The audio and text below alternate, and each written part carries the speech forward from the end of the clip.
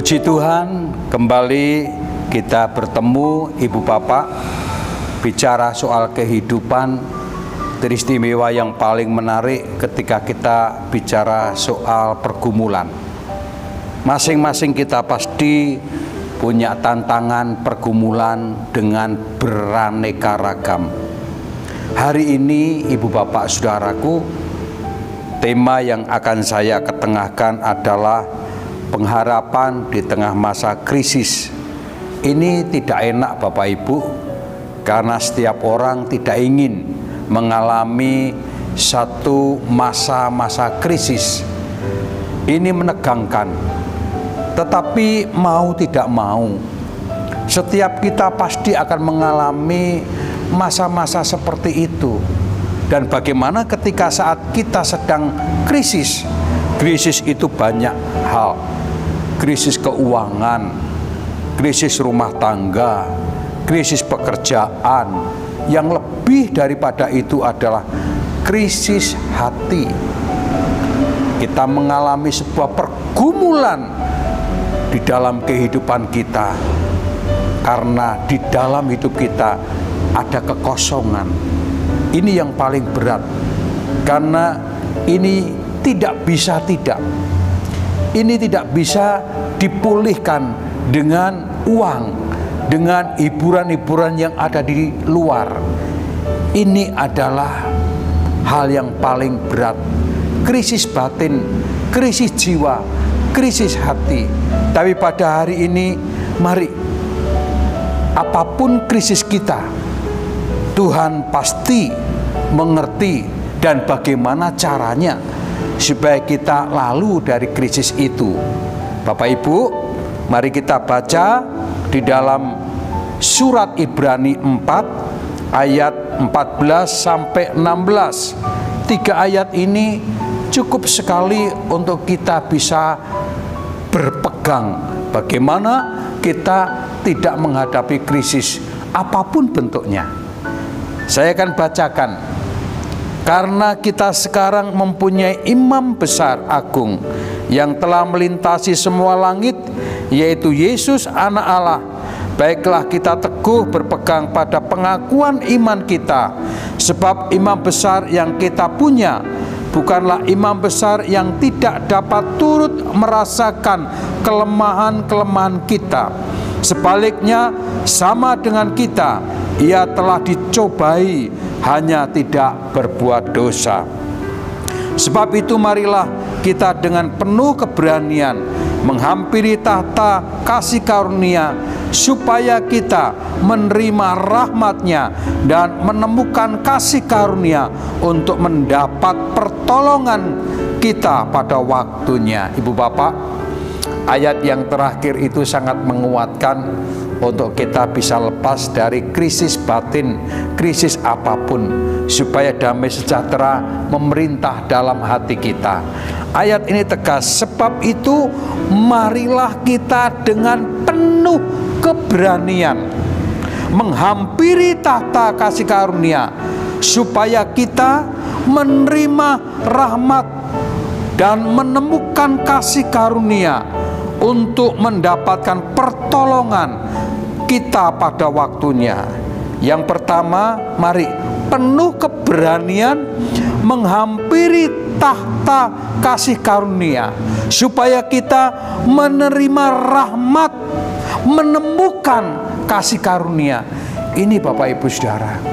Jadi mari kita belajar sungguh-sungguh bisa menemukan kasih karunia dari Allah. Yang seringkali kita gumuli adalah hal-hal yang kelihatan, hal-hal yang fisik, hal-hal yang lahiriah, yang seringkali kita doakan, kita bergumul bagaimana kita bisa bekerja, bagaimana kita bisa dapat uang, bagaimana kita bisa ini dan itu secara fisik. Namun apakah itu bisa mendatangkan damai? Ini yang menjadi pemikiran Ibu Bapak Saudara. Mari kita lebih dalam, jauhkan dari itu. Itu perlu. Semua orang beriman perlu, pendeta juga perlu. Tapi lebih daripada itu, kasih karunia, damai sejahtera itu lebih dari semuanya. krisis batin, belum tentu orang itu mengalami krisis keuangan. Mungkin uang banyak, mungkin istri anak nggak masalah, mungkin pekerjaan pun sedang menguntungkan, tetapi yang namanya krisis batin itu bisa melanda kepada siapa saja. Oleh sebab itu, ibu bapak saudara, mari kita kejar penuh dengan keberanian, hampiri dan terimalah rahmat dari Tuhan, yaitu kasih karunia Tuhan. Apa itu kasih karunia Tuhan? Ini yang penting Bapak Ibu Tuhan, saudaraku. Sebab itu syarat terima kasih karunia Tuhan yang pertama adalah ayat yang ke-14. Coba kita renungkan baik-baik ayat 14. Syarat untuk terima kasih karunia. Karena di mana kasih karunia ini akan membawa kita mengalami damai sejahtera. Haleluya. Hari-hari ini banyak orang takut. Karena apa? Karena kondisi pandemi ini, sehingga damai sejahtera itu hilang. Hanya ketakutan demi ketakutan. Tetapi pada hari ini saya ingin menawarkan sebuah tawaran yang indah, yang melebihi daripada kekayaan, daripada keuangan, daripada kedudukan, yaitu damai sejahtera Allah. Untuk memperoleh damai sejahtera Allah, untuk memperoleh kasih karunia yang berdampak damai sejahtera Allah itu, ayat 14 saya akan bacakan. Karena kita sekarang mempunyai imam besar agung yang telah melintasi semua langit, yaitu Yesus Anak Allah. Baiklah kita teguh berpegang pada pengakuan iman. Jadi garis bawahi, orang yang ingin menerima kasih karunia Allah dan dampaknya damai sejahtera adalah orang yang berpegang pada Tuhan Yesus. Berpegang, berharap, dan berpusat pikirannya pada Tuhan Yesus. Mengapa? Karena Dia imam besar kita yang agung, yang melintasi langit, dan bisa kita dipertemukan antara kita dengan Bapa. Ini Bapak Ibu Saudara. Jadi pertemuan kita dengan Bapa di surga yang akan mengakibatkan damai sejahtera itu hanya melalui Tuhan Yesus, bukan melalui kebaikan, bukan melalui kesalehan. Tidak bisa semuanya, hanya melalui Tuhan Yesus. Ini ayatnya. Sebab itu mari kita pegang. Ketika Yesus ada di dalam hidup kita, maka kita akan merasa aman. Ketika kita menjadikan Yesus sebagai imam besar kita, maka Dia akan menjadi penghubung. Yang berikutnya bagian B, kita lihat ya, kita lihat yang telah melintasi semua langit, yaitu Anak Allah. Kita lihat, Dia berkuasa melintasi langit. Siapa yang bisa melintasi langit? Manusia? Tidak. Setan pun tidak. Malaikat pun tidak. Kalau tidak diperintah, malaikat tidak bisa kemana-mana. Siapa? Ya Yesus. Kalau Dia bisa melintasi langit, apalagi dunia, apalagi hidup kita, Dia terlalu sanggup. Ketika murid-murid Tuhan Yesus ketakutan karena situasi Tuhan Yesus waktu itu disalib dan dikuburkan, sehingga ancaman itu terjadi kepada murid-murid, maka murid-murid waktu itu ketakutan, berdoa di sebuah rumah, semua pintu dikunci, jendela dikunci, mereka berdoa. Pada waktu itu Tuhan Yesus datang tidak melalui pintu. Dia bisa melintasi waktu, Dia bisa melintasi ruangan, Dia bisa melintasi segalanya. Dan Dia berkata, "Hai anak-anakku, Aku berikan damai sejahtera padamu. Apa yang Kuberikan tidak seperti yang dunia berikan. Dunia sanggup memberikan damai, tapi itu hanya kamuflase, sementara. Kalau ada yang dilihat atau dipegang atau dimakan atau diraih, bisa mendapatkan damai. Tetapi Tuhan, tanpa apa-apa, damai itu bisa mengalir di hati. Ingat, tanpa apa-apa, tanpa harus ada bantuan dari luar, damai bisa mengalir di hati. Murid-murid saat itu mengalami damai sejahtera. Ketakutan hilang karena Dia berkuasa melintasi langit. Yang berikutnya coba kita lihat ayat 15. Kita lihat ayat 15. Sebab imam besar yang kita punyai bukanlah imam besar yang tidak dapat turut merasakan kelemahan-kelemahan kita. Sebaliknya sama dengan kita, ia telah dicobai, hanya tidak berbuat dosa. Jadi Bapak Ibu, Dia juga pernah mengalami satu kelemahan-kelemahan yang kita alami, sebuah ancaman, sebuah ketakutan, dan Dia mengalami semua seperti manusia alami. Jadi saya percaya Bapak Ibu, kalau orang pernah mengalami sesuatu, maka orang itu lebih peka terhadap sesuatu. Misalkan ketika kita pernah sakit, lalu ada orang sakit, maka kita lebih peka, tidak menghakimi. Ketika kita pernah miskin, lapar, maka ada orang miskin, lapar, kita lebih peka. Kita tidak mengejek, menghakimi. Kita bisa merasakan derita apa yang mereka alami. Demikian Tuhan Yesus. Dia juga pernah mengalami ketakutan, ancaman, dan banyak hal, kelaparan pun Dia bisa mengalami. Ketika Tuhan Yesus ada di padang gurun, Dia kelaparan.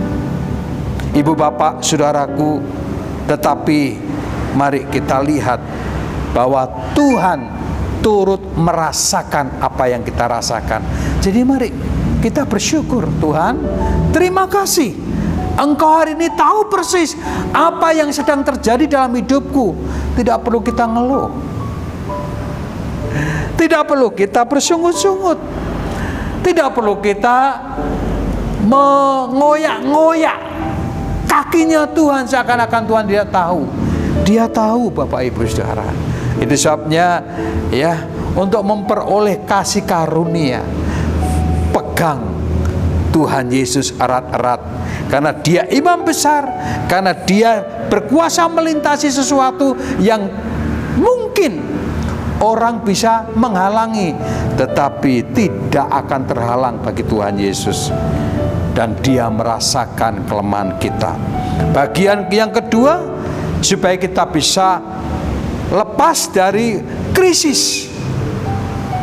Ya, yang pertama berpegang pada Tuhan Yesus, yang kedua berani menghampiri tahta Allah.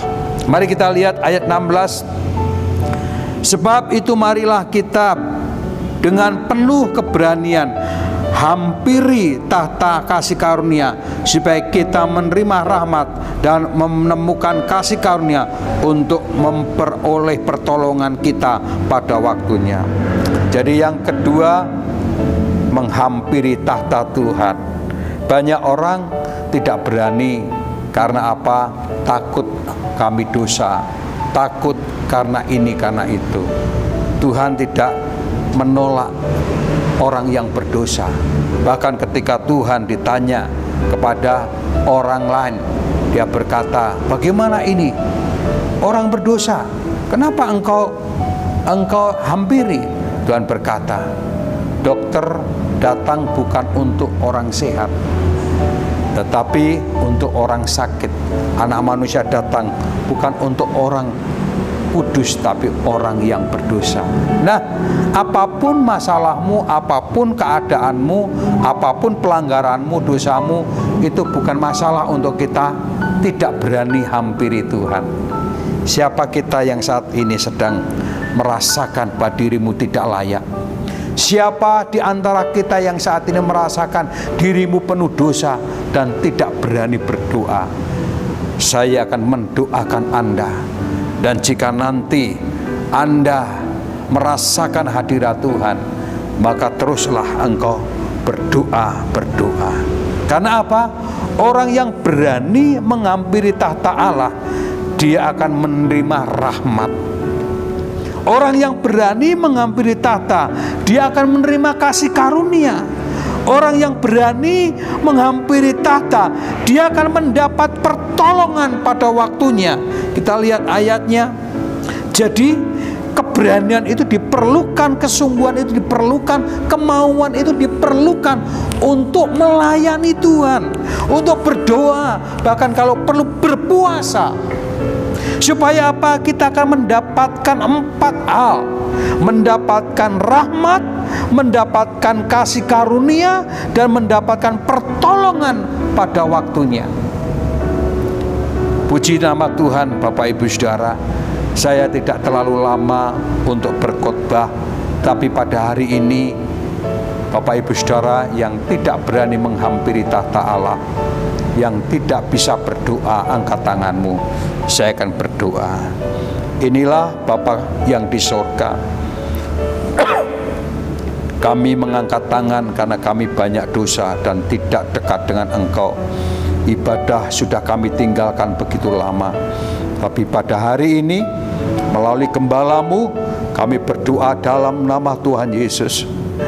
Kami menghantar mereka pada Engkau Tuhan, supaya mereka berani menghadap Engkau, karena keberanian itu akan memperoleh rahmat, memperoleh kasih karunia, dan memperoleh pertolongan Tuhan.